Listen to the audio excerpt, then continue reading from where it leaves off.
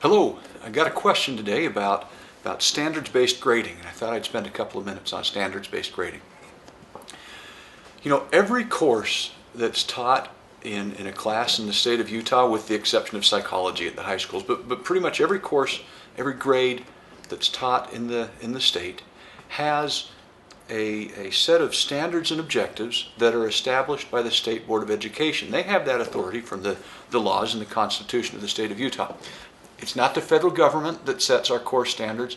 It's not the superintendent. It's not a local board. It's not teachers. It's not principals. The State Board of Education sets standards and objectives for every course that's taught in our public schools. Now, there have been a lot of conversations for several years now about what does a grade mean.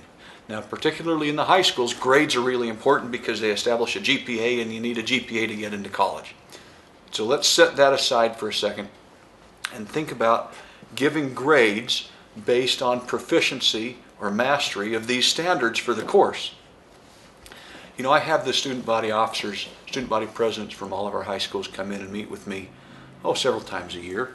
And a couple of years ago, and I'm not going to identify the school, but I asked them about testing and proficiency grading and stuff like that. And there was a real interesting conversation that popped up between a couple of these student body presidents.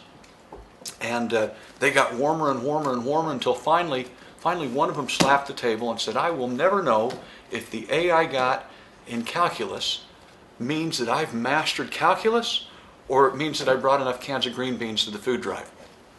And the other student body president across the table said, "That's right, except for me it's chemistry. I'm going to go up to the U next year and take chemistry, and I'm not clear if I'm ready for that chemistry. I mean, I've got A's in the class, but I don't know if I've really mastered those basics of chemistry."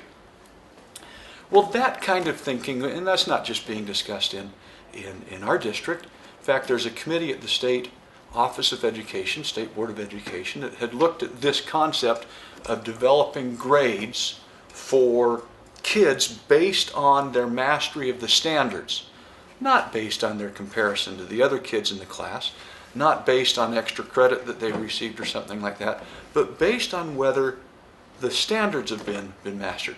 Now, given all of those conversations, we've been running a couple of pilots, and we've invited teachers all over the district and I'll use the word dabble, to try out some different things, because there are real challenges with simply implementing a system. So nobody's about to implement a standards-based grading system district-wide or school-wide or something like that. There are some schools that are further ahead. There are some teachers that are further ahead.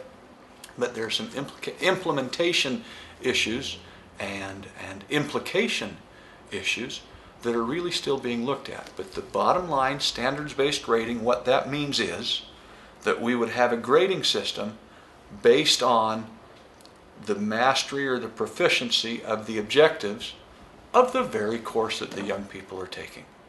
Are we there yet? No. Are teachers dabbling with that with the district encouragement? Yeah, they are. Are we learning lots of things about teaching and learning? Yeah, we are, and it's an exciting time. I hope that's helpful to answer the question that was asked. Appreciate all that everyone does.